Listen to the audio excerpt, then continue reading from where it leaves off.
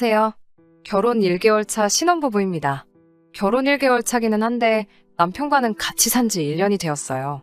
남편하고만 같이 산 게 아니라 시부모님과 함께 남편 집에서 1년을 살다가 이번에 탈출했습니다.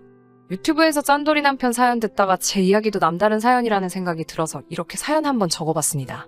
제 사연 들어주시고 남일이 아니라 자기 이야기다 생각하시고 화끈하게 욕이나 한마디 보태주세요.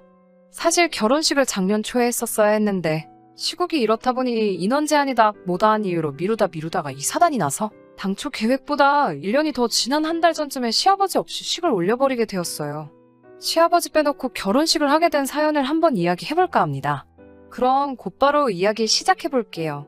저희 시아버지는 엄청난 구두쇠이십니다. 시어머니는 괜찮으신 편인데 시아버지가 정말 엄청나세요. 이미 두 분 다 오래전에 은퇴하셨고 연금 받으시는 금액이나 현재 살고 계신 아파트만 봐도 돈도 꽤나 있으신 것 같은데요. 재산이 얼마신지는 정확하게는 남편도 알지 못해요.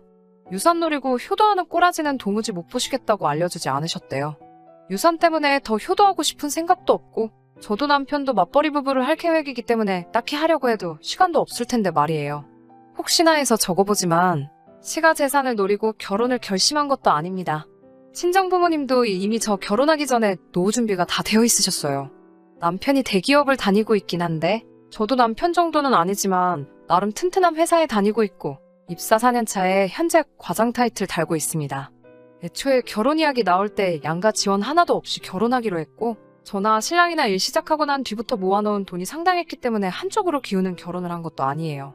아무튼 시아버지께서 결혼식을 미루자고 한 이유도 어이가 없어요. 여태까지 축의금 뿌린 것들 본전 회수하려면 여러 명 모일 때 해야 한다고 하시더라고요. 제가 요즘은 인원 제한 때문에 상황을 다들 이해하기 때문에 계좌로 축의금을 전달하는 게 일반적이라는 말씀을 드렸는데도 그 자식들 어떻게 믿고 안 보내면 그만인데 손해보면 제가 책임질 거냐면서 인원 제한 풀릴 때까지 굳이 날짜를 미루자고 하시더라고요. 남편도 어차피 그분들이 결혼식에 안 오면 못 받을 돈이지 않냐고 똑같은 상황이지 않느냐 말씀드려도 절대로 인원 제한이 풀릴 때까지 식을 올릴 생각이 없다고 하셨어요. 짠돌이 시아버지에 관한 에피소드가 하나 더 있어요. 처음 양가 상견례를 하는 날이었어요. 친정부모님이 예약하신 한정식집에서 상견례를 했습니다. 시아버지가 상견례 날 보인 행동에 정말 어떤 의미로는 존경스럽다는 생각까지 들 정도였어요. 식전 음식으로 전복죽이 나왔는데 이미 전복죽이 나온 상황부터 음식에 손을 하나도 안 대시고 계셨어요. 전복죽이 나오고 나서 계란찜부터 시작해서 여러 가지 음식들이 들어오는데 그때부터 식사를 시작하시더라고요. 처음에는 그냥 죽을 안 좋아하시는가 보다 했는데 서빙하시는 분께서 치워드릴까요? 하고 물어보니 가만 냅두라고 하시더라고요. 메인 요리부터 탕까지 음식이 나오기 시작했는데 아파피 인원수대로 차려진 음식들을 전부 옆으로 밀어두시고 공깃밥을 하나 추가하시더라고요. 그러시고는 밑반찬을 계속 리필하시면서 메인 요리에는 손 하나도 대지 않으시고 식사를 이어가셨어요. 그 모습에 저희 어머니가 조금 당황하셨어요. 음식이 입에 안 맞으시냐 여쭤봤는데 엄지를 척 올리시면서 아주 맛있다고 하시면서도 메인 요리인 갈비찜이나 탕에는 끝까지 손을 대지 않으셨어요. 그걸 저희 가족들이 불편하게 하고 있으니 남편이 보다 못해 시아버지께 갈비찜도 아주 맛있으니 한번 드셔보라고 하더라고요. 갈비찜 좋아하시지 않느냐며 왜 안 드시냐고 물었는데 남편의 말을 듣더니 그래? 그럼 한 입만 줘봐라 하시면서 남편 앞으로 나온 갈비찜을 집어가셨어요. 진짜 맛있다고 하시면서 이번엔 시어머니 앞에 차려진 갈비찜을 몇 개 덜어가시고 다 드신 공깃밥 빈 그릇에다가 탕도 덜어가시더라고요. 시어머니가 저희 가족 보기가 부끄러우셨는지 왜 자기 거 안 먹고 남의 걸 자꾸 뺏어먹냐고 뭐라 한마디 하시니 이건 포장해 가서 집에 가서 드실 거라고 하시더군요. 밑반찬은 리필이 되니 공깃밥하고 밑반찬만으로 상견례 자리에서 끼니를 때우시고 메인 요리들은 포장해 가서 저녁 식사로 드실 요량이었나 봐요.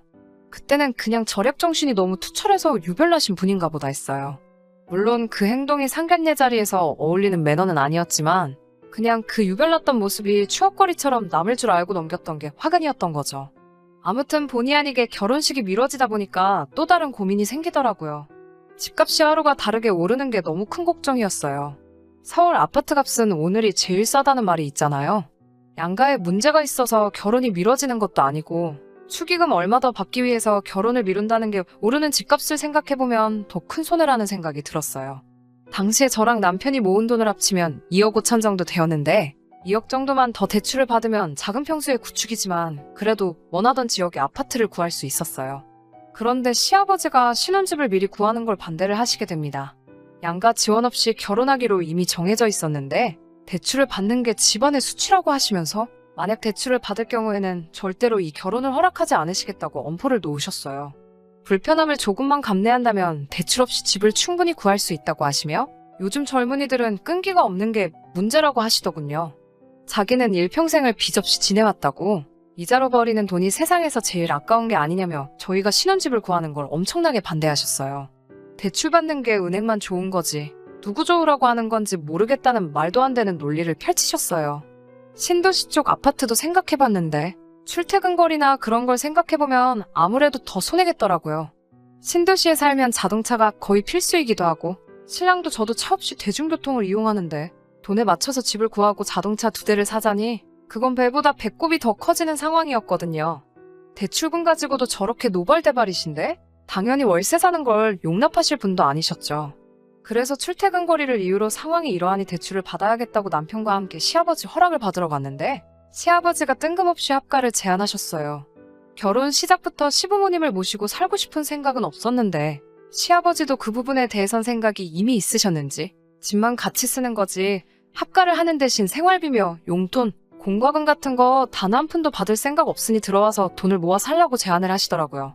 여태까지 그 누구도 시아버지 고집을 꺾은 적이 없었고 시아버지의 제안도 제안이지만 아파트 위치가 너무나도 좋았기 때문에 조금 고민이 되었는데 시어머니가 그 제안에 쐐기를 박아주셨어요. 시어머니가 시아버지 고집에 한 번만 맞춰주면 저희가 집을 나갈 때쯤에 시어머니가 시아버지 몰래 모아놓은 돈 5천 정도를 주신다고 하시기에 남편의 설득 끝에 결혼식도 아직 올리지 않은 상태로 시부모님과의 동거가 시작되었습니다. 돈 때문에 그런 건 아니지만 시어머니가 5천을 지원해주시면 1년 정도면 모자란 돈을 모아서 독립할 수 있다는 계산이 섰거든요. 시가에 처음 들어갔을 때 저는 정말 놀라움을 금치 못했습니다. 마치 근현대사 박물관에 온 것 같이 집안에 있는 모든 가전들이 좋기 20년은 더 돼 보이는 것 같았거든요. 유일하게 새 것처럼 보이던 것은 소파 앞에 깔아놓은 온수매트 하나밖에 없었습니다. 흰색이어야 할 백색 가전들은 세월의 풍파를 견디지 못해 누런빛을 띠고 있었고 소파도 가죽이 다 벗겨져서 속이 튀어나올랑 말랑하는 상태였어요. 시어머니가 제 속을 눈치챘는지 시아버지가 멀쩡한 걸 왜 바꾸냐며 야단이시라서 못 바꾸셨다고 하더라고요.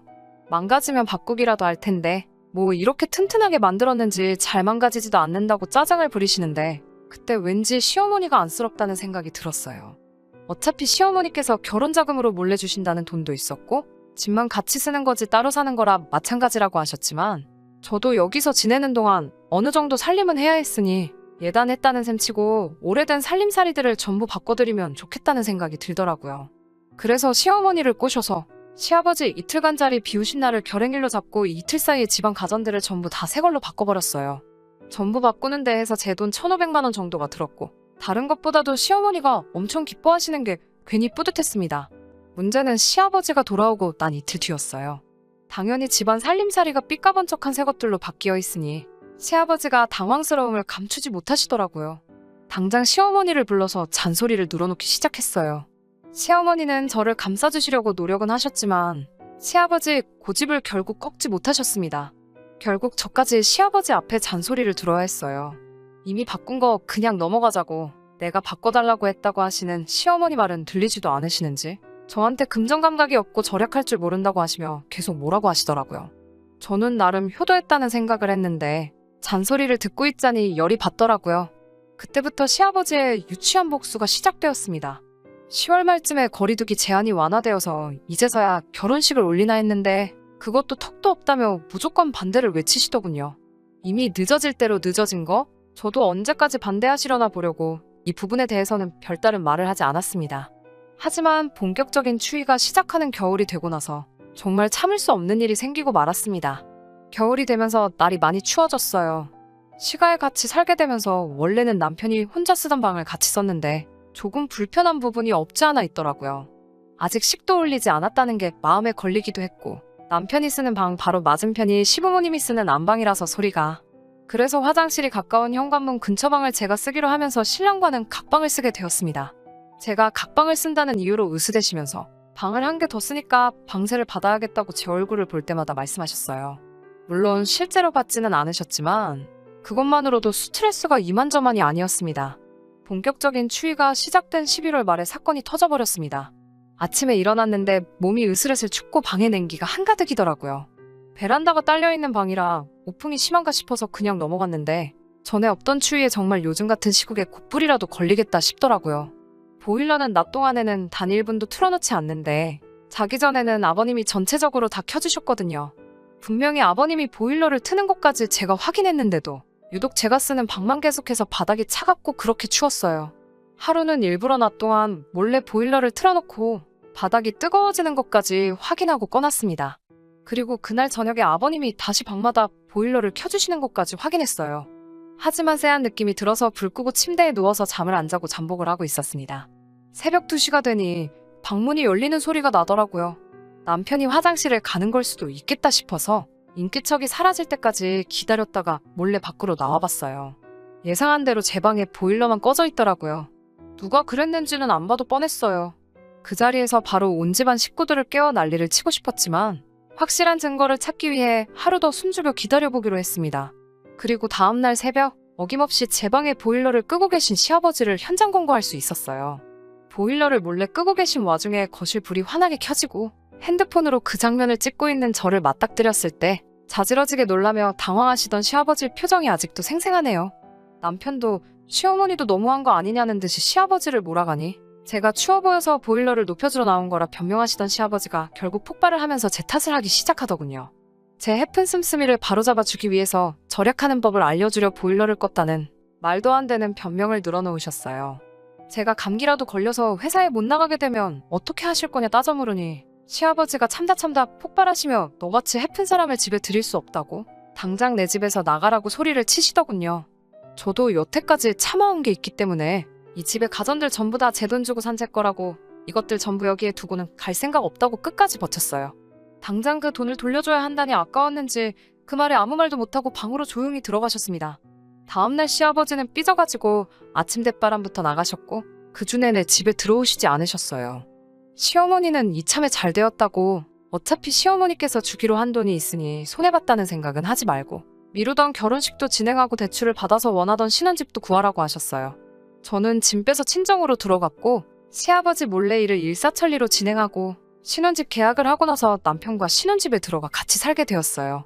시아버지 고집은 결국 꺾지 못하고 결혼식은 시아버지 없는 상태로 진행하게 되었습니다. 시어머니는 둘이서 행복한 게 제일이라고 말씀하시면서 시아버지 스스로 마음 돌릴 때까지는 안 보고 지내면 된다고 저희를 응원해 주셨습니다. 미루고 미루던 결혼식도 올렸고 결국 대출을 끼고 웃돈을 들여 신혼집을 장만하게 되었지만 한편으로 생각해보면 단돈 1,500만 원으로 상종하기 싫은 시부와의 연을 끊어버릴 수 있게 되었으니 남는 장사라는 생각이 드네요. 끝까지 저희 편을 들어주신 시어머니께는 생활비도 드리고 집 밖에서 자주 만나뵐 생각이고요. 남편도 시아버지께서 먼저 마음을 여실 때까지는 이렇게 지내는 게 속 편하겠다고 저의 편을 들어주고 있습니다. 시아버지 마음이 풀리는 게 언제가 될지는 모르지만 그래도 언젠가는 시아버지의 축복 속에서 결혼 생활을 하고 싶은 욕심이 조금 들기도 하네요.